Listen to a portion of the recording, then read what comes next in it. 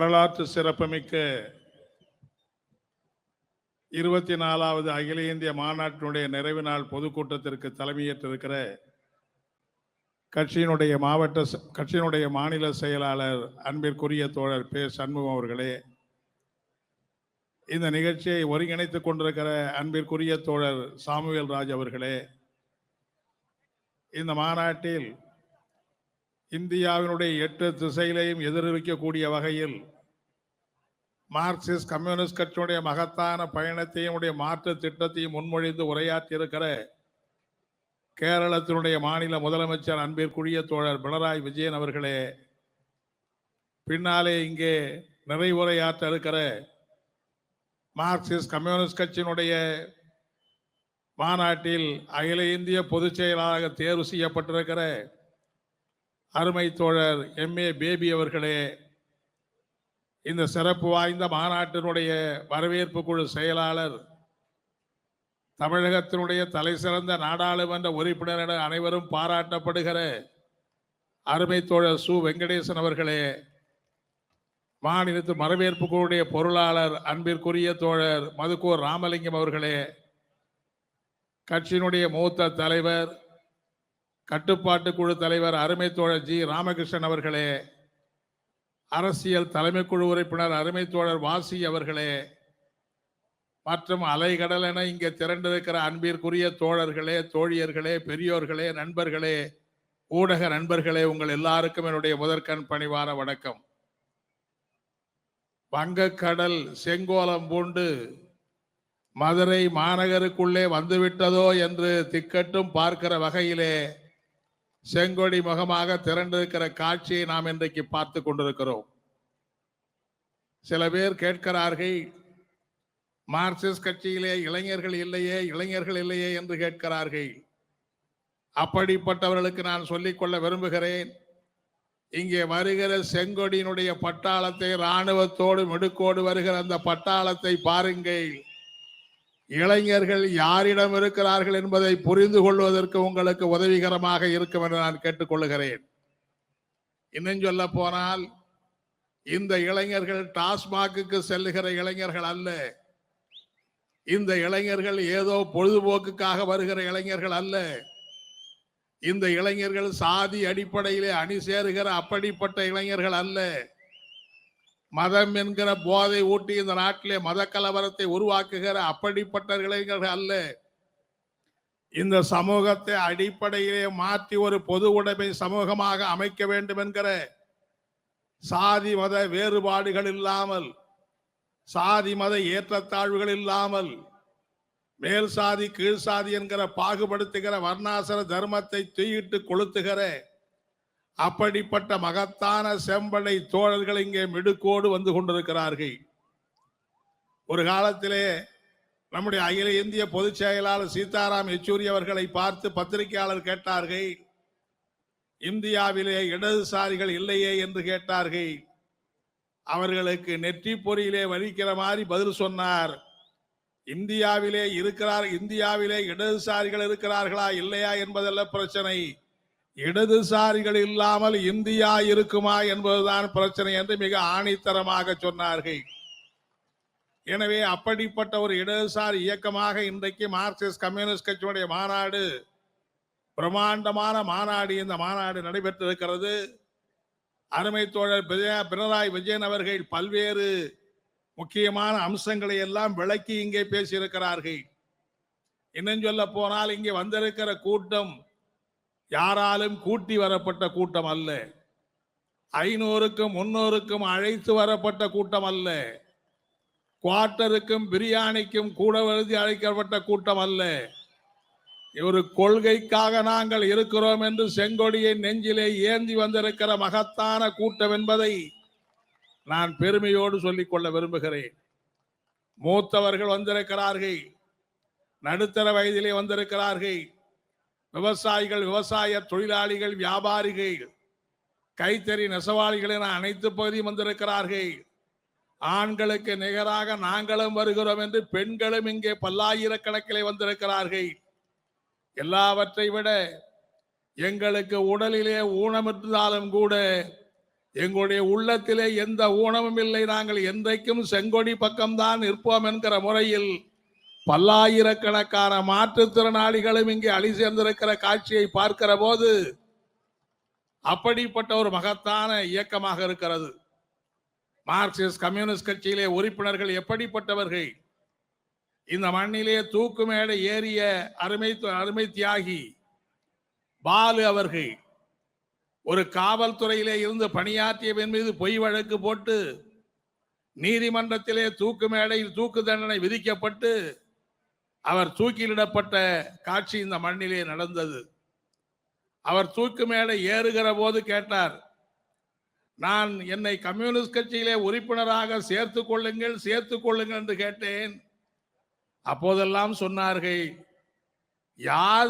யார் மக்களுக்காக உயிரை விட தயாராக இருக்கிறார்களோ அவர்களைத்தான் நாங்கள் கட்சியிலே சேர்த்துக் கொள்வோம் என்று சொன்னார்கள். இப்போது நான் தூக்கு மேடையிலே இருக்கிறேன். என்னை இப்போதாவது கட்சியிலே உறுப்பினராக சேர்த்துக் கொள்வீர்களா என்று கேட்ட மகத்தான தலைவன் வாழ்ந்த மண் இது. எனவே மார்க்சிஸ்ட் கட்சியிலே சில பேர் மிஸ்டு கால் கொடுத்து மெம்பர்ஷிப் சேர்க்கிறான், சில பேர் மொத்தமா குத்தையை எடுத்து மெம்பர்ஷிப் கேட்கிறான்.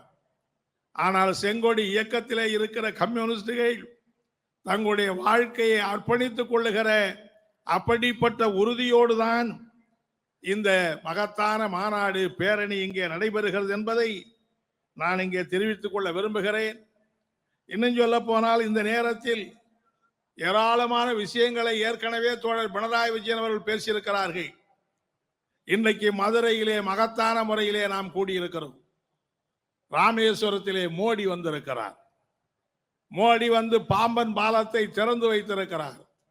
நான் மோடியை பார்த்து கேட்கிறேன், பாம்பன் பாலத்தை திறக்க வந்திருக்கிற நீங்கள் 10 ஆண்டுகளுக்கு முன்னாலே 15 ஆண்டுகளுக்கு முன்னாலே அடிக்கல் நாட்டப்பட்டு பாதி திட்டங்களுக்கு மேலே நிறைவேற்றப்பட்ட சேது சமுத்திர திட்டத்தை மூடி வைத்த பெருமை உங்களுக்கு சேராதா? தென் மாவட்ட மக்களுடைய வாழ்வாதாரமாக திகழக்கூடிய அந்த சேது சமுத்திர திட்டத்தை மூடிவிட்டு இன்றைக்கு சேது சமுத்திர திட்டம் நிறைவேறி இருக்கும் என்று சொன்னால் தூத்துக்குடி துறைமுகம் மிகப்பெரிய துறைமுகமாக மாறி இருக்கும். தென் மாவட்டத்திலே ஏராளமான தொழிற்சாலைகள் வளர்ந்திருக்கும். தென் மாவட்டத்திலே இருக்கிற இளைஞர்களுக்கு வேலை வாய்ப்பு பெருகி இருக்கும். ஒட்டுமொத்த தமிழகத்தினுடைய தென் மாவட்டங்களையே இருட்டடிப்பு செய்துவிட்டு ஒட்டுமொத்த தென் மாவட்ட மக்களுடைய வாழ்வாதாரத்தை பறிக்கிற அந்த சேது சமுத்திர திட்டத்தை நீங்கள் மூடிவிட்டு இப்போது பாம்பன் பாலத்தை திறக்கிற காட்சியை வந்திருக்கிறீர்கள். அங்கே என்ன பேசியிருக்கிறார்? ஏதோ அவர்தான் தமிழுக்காக வாதாடுகிறவர் மாதிரி, அவர்தான் அன்னை தமிழுக்கு அரியணை ஏற்ற வேண்டும் என்கிற பொழுவதை போல அவர் அங்கே பேசுகிறார். என்ன பேசுகிறார் தெரியுமா? தமிழகத்திலே ஏன் நீங்கள் மருத்துவத்தை தமிழிலே கற்றுத்தரவில்லை என்று கேட்கிறார். தமிழகத்திலே ஏன் நீங்கள் பொறியியலை தமிழிலே கற்றுத்தரவில்லை என்று கேட்கிறார். தமிழிலே பயிற்றுவிப்பதற்கான ஏற்பாடுகள் செய்யப்பட்டிருக்கிறது. நான் கேட்கிறேன், உங்களுக்கு அந்த அளவுக்கு தமிழ் மீது அக்கறை இருக்கிறது இல்லையா? தமிழ் மொழியின் மீது அக்கறை இருக்கிறது இல்லையா? தமிழுக்காக வாதாடுவதற்கு இன்றைக்கு பாமனுக்கு வந்திருக்கிற உங்களை பார்த்து கேட்கிறேன், இந்தியாவினுடைய ஒன்றிய அரசின் ஆட்சி மொழியாக தமிழ் உள்பட 22 மொழிகளை அறிவிப்பதற்கு நீங்கள் தயாரா என்றுதான் இந்த மேடையிலே இருந்து நான் கேட்க விரும்புகிறேன். 24 மணி நேரமும் இந்தியை திணித்துவிட்டு ஓடுகிற ரயிலுக்கெல்லாம் இந்தி பெயரை வைத்துவிட்டு கிரிமினல் சட்ட பெயர்களை எல்லாம் இன்றைக்கு இந்தி பெயராக மாற்றிவிட்டு இந்தி சமஸ்கிருதம் தான் இந்த நாட்டினுடைய மொழி என்கிற அரங்கேற்றிவிட்டு தமிழ்நாட்டிலே வந்து ஒரு நாடகம் ஆடுகிறீர்கள், ஒரு கமட நாடகத்தை அரங்கேற்றுகிறார்கள், ஏதோ தமிழுக்கு இவர் வக்காலத்து வாங்குவதை போல. எனவே அப்படிப்பட்ட மோடி அரசாங்கம் இன்றைக்கு தமிழகத்தை வஞ்சித்துக் கொண்டிருக்கிறது. கேட்டால் என்ன சொல்லுகிறார்? நாங்கள் தமிழ்நாட்டுக்கு நிறைய நிதி கொடுத்திருக்கிறோம் என்கிறார். நான் கேட்கிறேன், கடந்த 4 ஆண்டு காலத்திலே தமிழக அரசு இயற்கை இடர்பாடுகளாலே பாதிக்கப்பட்ட போது 37,000 கோடி நிதி கேட்டார்கள். நீங்கள் எவ்வளவு கொடுத்தீர்கள்? ஒரு 300 கோடியாவது கொடுத்தீர்களா? இயற்கை இடர்பாடுகளே தூத்துக்குடி மிதந்த போது, திருநெல்வேலி மிதந்த போது, சென்னை மாநகரம் தத்தளித்த போது, விமானத்திலே வந்து பார்த்துவிட்டு சென்ற நீங்கள் 10 ரூபாயை அள்ளி கொடுப்பதற்கு கூட உங்களுக்கு மனசாட்சி இல்லையே. அப்படி தமிழகத்தை வஞ்சிக்கிற ஒரு அரசு தான் இன்னைக்கு மோடி அரசு. மும்மொழி திட்டம் என்கிற பெயரில் இந்தியை திணிக்கிற தேசிய கல்வி திட்டத்தை உருவாக்குகிறார்கள். இன்றைக்கு நீட் தேர்வு வேண்டாம் என்று எங்களுக்கு விதிவிலக்கு கொடுங்கள் என்று இந்த அரசு தீர்மானம் நிறைவேற்றியிருந்தால் 2 தினங்களுக்கு முன்னால் குடியரசுத் தலைவர் அந்த தீர்மானத்தை நாங்கள் நிறுத்தி வைக்கிறோம், அதற்கு ஒப்புதல் கொடுக்க முடியாது என்று அறிவித்து விட்டார்கள். நான் கேட்கிறேன், என் தமிழ்நாட்டிலே நீட் தேர்வு இல்லாமல் போனால் உங்களுக்கு என்ன குடிமொழி போய் விடுகிறது? தமிழ்நாட்டிலே இதுவரையிலே நுழைவுத் தேர்வு இல்லையே, மருத்துவத்துக்கு நுழைவுத் தேர்வு இல்லையே, பொறியியலுக்கு நுழைவுத் தேர்வு இல்லையே. அதனாலே தமிழகத்திலே மருத்துவர்கள் படிக்காமல் போய்விட்டார்களா? சொல்ல போனால் இன்றைக்கு இந்திய நாட்டுக்கு ஒரு மருத்துவ தலைநகராக தமிழ்நாடு, சென்னை தான் திகழ்ந்து கொண்டிருக்கிறதே தவிர எங்கே இருக்கிறது அந்த நீட் தேர்வு? எனவே எல்லா விதத்திலேயும் தமிழகத்தை வஞ்சிக்கக்கூடிய ஒரு ஆட்சி, எல்லா விதத்திலேயும் தமிழுக்கு எதிராக இருக்கிற ஒரு ஆட்சியாகத்தான் இந்த ஆட்சி திகழ்ந்து கொண்டிருக்கிறது. ஒரே நாடு ஒரே தேர்தல், ஒரே நாடு ஒரே மதம், ஒரே நாடு ஒரே மொழி என்கிற ஒற்றை கலாச்சாரத்தை திணித்து இந்திய நாட்டினுடைய ஒற்றுமையை சீர்குலைக்கிற, இந்தியாவை எதிர்காலத்திலே சிதறுண்டு போகிற அப்படிப்பட்ட கொள்கையை நீங்கள் உருவாக்குகிறீர்கள். அருமை தோழர் பினராயி அவர்கள் குறிப்பிட்டதை போல வக்ஃப் சட்டம் என்கிற அந்த சட்டத்தை நிறைவேற்றி நாடு முழுவதும் இஸ்லாமிய மக்கள் காலங்காலமாக தங்களுடைய ஆன்மீக பணிக்கு ஒதுக்கி இருக்கிற அந்த நிலங்களை எல்லாம், சொத்துக்களை எல்லாம் கைப்பற்ற போகிறீர்கள். இதனாலே இஸ்லாமிய மக்களுக்கு ஒரு மிகப்பெரிய இழிவை இணைத்து இந்த நாட்டிலே அந்த மக்களுடைய உரிமையை பறிக்க நீங்க நினைக்கிறீர்கள். ஆகவேதான் மார்க்சிஸ்ட் கம்யூனிஸ்ட் கட்சியின் சார்பில் வருகிற 17ஆம் தேதி மகத்தான கண்டன இயக்கத்தை நாங்கள் நடத்துவது என்று தீர்மானித்திருக்கிறோம். தமிழ்நாட்டில் இருக்கிற தமிழக அரசு, மத்திய அரசாங்கத்தினுடைய நடவடிக்கைகளை எதிர்க்கிற அவர்களுக்கு நாங்கள் கரம் கோர்த்து அவர்களோடு சேர்ந்து குரல் எழுப்புகிறோம். மும்மொழி திட்டத்தை எதிர்த்து தமிழக அரசு நடவடிக்கை எடுக்கிற போது அவர்களோடு இணைந்து பணியாற்றுகிறோம். நிதி வழங்க மறுக்கிற போது தமிழக அரசு குரல் எழுப்புகிற போது அதை எதிர்த்து நாம் கரம் சேர்த்து போராடி கொண்டிருக்கிறோம். ஒரே நாடு ஒரே தேர்தல் என்றாலும் சரி, மறுவரை தொகுதி மறுவரை என்கிற பெயரில் தமிழகத்திற்கான நாடாளுமன்ற உறுப்பினருடைய எண்ணிக்கையை குறைக்க, தென் மாநிலங்களுடைய எண்ணிக்கையை குறைக்க மோடி அரசாங்கம் சதி செய்கிற போது நம்முடைய மாண்புமிகு முதலமைச்சர் அவர்கள் இன்றைக்கு தென் மாநில முதலமைச்சர்களை எல்லாம் கூட்டி ஒரு மாபெரும் போராட்டத்தை நடத்துகிற அப்படிப்பட்ட பணிக்கு நாங்கள் உற்ற துணையாக என்றைக்கும் இருப்போம் என்பதை நாங்கள் இன்றைக்கு அறிவித்திருக்கிறோம். பாஜகவை எதிர்த்து, பாஜகவுடைய மதவெறியை எதிர்த்து, அரசியல் சாசன உரிமைகளை பறிக்கிற நடவடிக்கை எதிர்த்து, கூட்டாட்சி தத்துவத்தை சிதைக்கிற அவைகளை எதிர்த்து திராவிட முன்னேற்ற கழக தலைவர் மரியாதைக்குரிய மு.க. ஸ்டாலின் அவர்கள் மேற்கொள்ளுகிற எல்லா நடவடிக்கைக்கும் 2 கரம் சேர்ந்து மார்க்சிஸ்ட் கட்சியும் இடதுசாரிகளும் நாங்கள் இணைந்து குரல் எழுப்புவோம். இதிலே அந்த போராட்டம் நிச்சயமாக தொடரும் என்பதை நான் தெரிவித்துக் கொள்ள விரும்புகிறேன். அதே சமயம் திராவிட முன்னேற்ற கழக நண்பர்களை, மாண்புமிகு முதலமைச்சர் மு.க. ஸ்டாலின் அவர்களை கேட்டுக்கொள்ளுகிறது என்னவென்று சொன்னால், பாஜகவை எதிர்த்த போராட்டத்திலே நாம் இணைந்து போராடுகிற அதே நேரத்தில் பாஜக அரசுடைய பொருளாதார கொள்கைகளை நீங்கள் தமிழ்நாட்டிலே அமுலாக்க கூடாது என்றுதான் நாங்கள் கேட்டுக்கொள்ளுகிறோம். பாஜகவினுடைய பொருளாதார கொள்கை, நவீன தாராளமய கொள்கை, கார்ப்பரேட் மய கொள்கையையும் எதிர்த்து, மதவெறி எதிர்ப்பு என்பது மட்டுமல்ல, மாநில உரிமை என்பது மட்டுமல்ல, பாஜகவினுடைய கார்ப்பரேட் மய கொள்கைகளையும் எதிர்த்து நீங்கள் களம் காண முன்வர வேண்டும் என்றுதான் நாங்கள் கேட்டுக்கொள்ளுகிறோம். பல்வேறு துறைகளிலே கட்டணங்களை உயர்த்துவது, பதிவுக்கான கட்டணத்தை உயர்த்துவது, சொத்து வரியை உயர்த்துவது, வீட்டு வரியை உயர்த்துவது என்பதெல்லாம் திராவிட முன்னேற்ற கழகத்தினுடைய அடிப்படையான கொள்கையாக இருக்க முடியாது. ஒன்றிய அரசனுடைய நவீன தாராளமய கொள்கையினுடைய வெளிப்பாடு அது. மத்திய அரசை திணிக்கிற போது எப்படி நீங்கள் மற்றவைகளை கொள்கைகளுக்கு எதிர்த்து எல்லாரையும் இணைத்து நீங்கள் ஒன்று திரண்டு போராடுகிறீர்களோ அதே போல நவீன தாராளமய கொள்கைகளை எதிர்த்தும் நீங்கள் உறுதியாக கொள்ளெழுப்ப வேண்டும். அப்படிப்பட்ட கொள்கைகளை தமிழ்நாட்டிலே அமல்படுத்த கூடாது என்பதை நான் இந்த நேரத்திலே வற்புறுத்தி கேட்டுக்கொள்ள விரும்புகிறேன். அதோடு மட்டுமல்ல, இந்த மண் தந்தை பெரியார் அவர்கள் அவதரித்த மண். ஆணுக்கு நிகராக பெண்கள் இருக்க வேண்டும். இந்த நாட்டிலே பெண்ணடிமை சமுதாயத்தை ஒழிக்க வேண்டும், ஆணாதிக்க சமூகத்தை அழித்தழிக்க வேண்டும் என்று குரல் கொடுத்தவர் தந்தை பெரியார் அவர்கள். அவர் ஒரு நேரத்திலே சொன்னார், பெண்கள் குழந்தைகளை ஈறுகிற அந்த கர்ப்பப்பை இருக்கிற காரணத்தினால்தான் அவர்கள் பெண்களை அடிமைப்படுத்துகிறார் என்று சொன்னால் அந்த கர்ப்பப்பையை கூட நீங்கள் அறுத்தறிய தயங்காதீர்கள் என்று சொன்னார். அந்த அளவுக்கு பெண் உரிமைக்காக குரல் கொடுத்தவர் தந்தை பெரியார். இன்றைக்கு சமீபத்திலே ஒரு பெரியாரை பற்றி எழுதுகிற போது அவர் ஆணாக இருந்த ஒரு பெண்ணியவாதி என்று கூட இன்றைக்கு எழுதியிருக்கிறார்கள். அப்படிப்பட்ட தமிழ்நாட்டில் இன்றைக்கு பெண்களுக்கான உரிமைகளை பாதுகாக்கிற அந்த நடவடிக்கையில ஈடுபட வேண்டும்.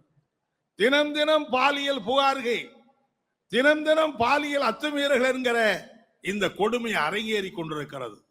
பள்ளிக்கூடங்கள், கல்லூரிகள், வேலை செய்கிற இடங்களிலே பெண்களுக்கு இழைக்கப்படுகிற கொடுமையை தடுப்பதற்கு மிக தீவிரமான உறுதியான நடவடிக்கை எடுக்க வேண்டும் என்று மார்க்சிஸ்ட் கட்சியின் சார்பில் நான் கேட்டுக்கொள்கிறேன். கடைசியாக, இந்த சமூகத்திலே வர்ணாசிர தர்மம், மேல் சாதி கீழ் சாதி என்கிற பாகுபாடு, உயர்ந்தவன் தாழ்ந்தவன் என்கிற பாகுபாடு, பட்டியலின மக்களை இன்றைக்கும் கொடுமைப்படுத்துகிற கொடுமைகள் குறைந்தபாடில்லை. 10 நாளைக்கு 20 நாளைக்கு ஒரு ஆணவ படுகொலை நடந்து கொண்டே இருக்கிறது. பள்ளிக்கூடத்திலே நடந்த போட்டியில் ஒரு மாணவரணி வெற்றி பெற்று விட்டது என்கிற காரணத்தினாலே, அவர் பட்டியலினத்தை சார்ந்தவர் என்கிற காரணத்தினால் அவனை கண்டதுண்டமாக வெட்டுகிற அப்படிப்பட்ட கொடுமை இன்றைக்கு நடக்கிறது. பள்ளிக்கூடத்திலேயே சாதிய வெறி, கிராமங்களிலே சாதிய வெறி, இப்படி சாதிய ஆதிக்கம் கொடிகட்டி பறப்பது என்பது தமிழ்நாட்டுக்கு நல்ல பெயரை ஈட்டுமா? இது பெரியாருடைய மண் என்று சொல்லுகிறோமே, அது பெரியாருக்கு பொருந்துமா? அது இப்படிப்பட்ட கொடுமைகள் நடப்பது பெரியாருக்கு அவமானம் இல்லையா? எனவே மார்க்சிஸ்ட் கம்யூனிஸ்ட் கட்சியை பொறுத்தவரையில் நாங்கள் பெருமையோடு சொல்லிக்கொள்ள விரும்புவோம். எங்கே ஒரு மூலை கிராமத்தில், எங்கே ஒரு முடுக்கிலே, எங்கே ஒரு கடைகோடி இருக்கிற பட்டியலினத்து மக்கள் பாதிக்கப்பட்டாலும் அவனுக்காக குரல் எழுப்புகிற முதல் இயக்கம் என்று சொன்னால் அது செங்கொடி இயக்கம், மார்க்சிஸ்ட் கம்யூனிஸ்ட் கட்சி என்பதை பெருமையோடு நான் சொல்லிக்கொள்ள விரும்புகிறேன். ஆணவ கொலைகள் வந்தபோது யார் தலையிடுகிறார்கள்? சாதிய கொடுமை வந்தபோது யார் தடையிடுகிறார்கள்? கோயிலுக்குள்ளே பட்டியலினத்தை சார்ந்தவர்கள் நுழைய மறுக்கிற போது யார் தலையிடுகிறார்கள்? எத்தனையோ அரசியல் கட்சிகள் இருக்கிறது. ஆனால் அப்படிப்பட்ட அரசியல் கட்சிகள் எல்லாம் பட்டியலின மக்களை வெறும் பார்வையாளாகத்தான் இருக்கிறார்களே தவிர இந்த நாட்டிலே சாதிய ஏற்றத்தாழ்வை ஒழிக்க வேண்டும் என்பதிலே உறுதியாக இருக்கிற இயக்கம் மார்க்சிஸ்ட் கம்யூனிஸ்ட் கட்சி. எனவேதான் தமிழக அரசை இந்த சாதிய பாகுபாட்டினை ஒழிக்கிற அப்படிப்பட்ட ஒரு விழிப்புணர்வு இயக்கத்தை தமிழகத்திலே துவங்க வேண்டும் என்று கேட்டுக்கொள்கிறேன். இன்னும் சொல்ல போனால், சில புறம்போக்குவாதிகள், முகவரி தெரியாதவர்கள், யார் யாரோ அனுப்புகிற அந்நிய நாட்டு பணத்திலே உலாவிக் கொண்டிருக்கிறவர்கள் இங்கே பேசுகிறார்கள், நான் தான் போராடி கொண்டிருக்கிறேன். கம்யூனிஸ்டுகள் எங்கே இருக்கிறார்கள்? கம்யூனிஸ்டுகள் போராட்டத்தை கைவிட்டு விட்டார்கள் என்னெல்லாம் சில அரைவேக்காடு நபர்கள் இன்றைக்கு பேசுகிற காட்சியை தமிழ்நாட்டிலே பார்க்கிறோம். ஆனா ஒரு விஷயம், நீங்க போராடுற மாதிரி எங்கால போராட முடியாது. நீங்கள் தினம் தினம் என்ன போராட்டத்தை நடத்துகிறீர்கள்? உங்களுடைய முன்னாள் மனைவி மீது கொடுத்திருக்கிற புகாரை நீங்கள் நீதிமன்றத்திலே போராட வேண்டியிருக்கிறது. நீங்கள் விடுதியிலே தங்கியிருக்கிற போது பெண்களில் நடந்த முறைகேடுகளை அந்த பெண்கள் புகார் கொடுக்கிற அப்படிப்பட்ட போராட்டத்தை நடத்துகிறீர்கள். நான் பெருமையோடு சொல்லிக்கொள்ள விரும்புவேன், மார்க்சிஸ்ட் கம்யூனிஸ்ட் கட்சியில இருக்கிற ஒரு கடைசி தொண்டன் கூட இப்படிப்பட்ட பாலியல் புகாருக்கு சம்பந்தம் இல்லாதவனாகத்தான் இருக்கிறான்.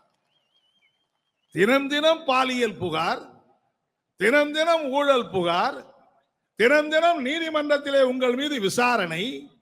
அப்படிப்பட்டவனெல்லாம் பேசுகிறான் இந்த நாட்டிலே.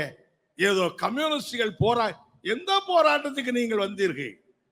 வரலாற்றை புரட்டி பார்த்தால் தெரியும். போராட்டம் என்றால் அது கம்யூனிஸ்டுகள் என்றால் போராட்டம் என்பதுதான் தமிழக வரலாறே தவிர உனக்கெல்லாம் போராட தெரியுமா? போராட்டம் என்றால் என்னவென்று தெரியுமா?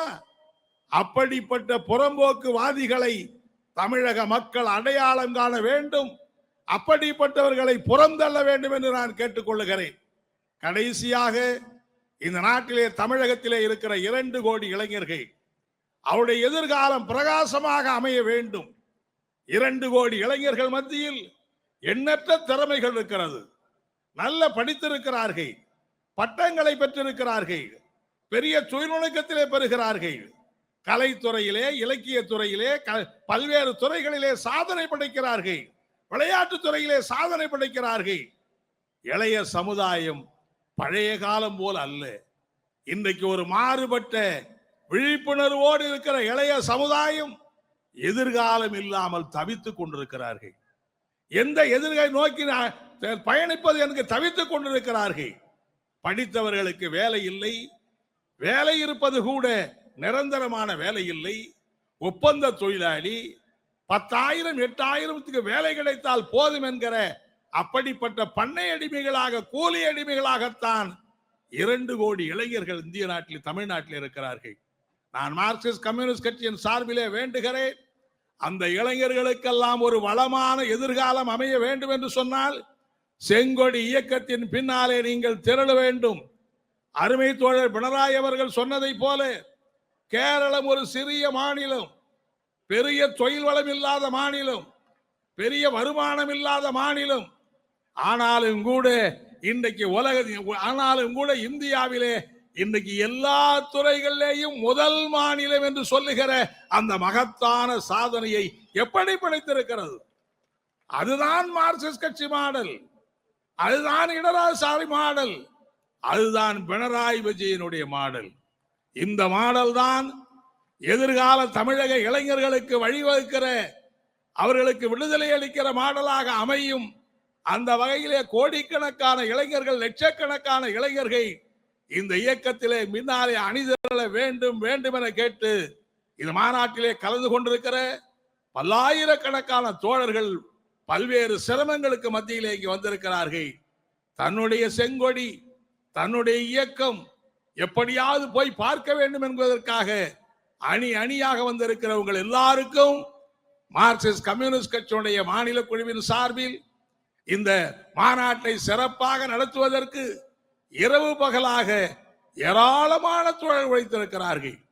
ஒரு பிரம்மாண்டமான கட்டிடத்தை கட்டி முடிப்பதற்கு, ஒரு பிரம்மாண்டமான சிற்பத்தை செதுக்குவதிலே பல்லாயிரக்கணக்கான தோழர்கள் சிற்பிகளாக பணியாற்றியதை போல இந்த மாநாடு வெற்றி பெறுவதற்கு அனுதினமும் பாடுபட்டிருக்கிற எல்லா தோழர்களுக்கும் நன்றி தெரிவித்து என்னுடைய உரையை நிறைவு செய்கிறேன். நன்றி, வணக்கம்.